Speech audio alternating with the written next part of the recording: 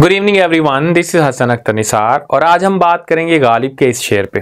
हर एक मकां को है मकीं से शर्फ असद, हर एक मकां को है मकीं से शर्फ असद, मजनू जो मर गया है तो जंगल उदास है। फरमाते हैं कि हर एक मकान को अपने रहने वाले के साथ एक तरह का उन्स हो जाता है। हम नॉर्मली ये समझते हैं कि सिर्फ इंसानों के ही जज्बात हैं, इंसानों की ही फीलिंग्स हैं, या सिर्फ इंसान ही चीज़ों के साथ उन्स रखते हैं, अकीदत और मोहब्बत रखते हैं। गालिब ऐसा नहीं समझते। गालिब ये समझते हैं कि वो बेजान चीज़ें भी इंसानों के साथ अकीदत रखती हैं, उन्स रखती हैं।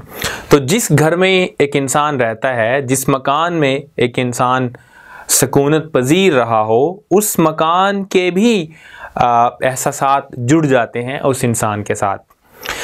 तो इसी तरह से जब मजनू जंगल और सहरा में रहा करता था, जब वो अपना गिरेबान चाक करके आशिकी में आवारगी पे निकल गया था, तो ना सिर्फ मजनू को इश्क था जंगल के साथ, ना सिर्फ मजनू को प्यार था सहरा और बियाबां के साथ, बल्कि जंगल और सहरा और बियाबां को भी उन्स था, एक ख़ास तरह की मोहब्बत थी मजनू के साथ।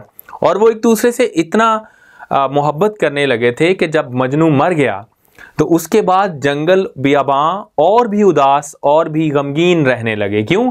क्योंकि उनका रहने वाला अब उनके दरमियान में नहीं रहा था। बहुत ही उम्दा, बहुत ही खूबसूरत शेर है, इसको दोबारा सुन लीजिए। हर एक मकान को है मकीं से शर्फ असद, मजनू जो मर गया है तो जंगल उदास है।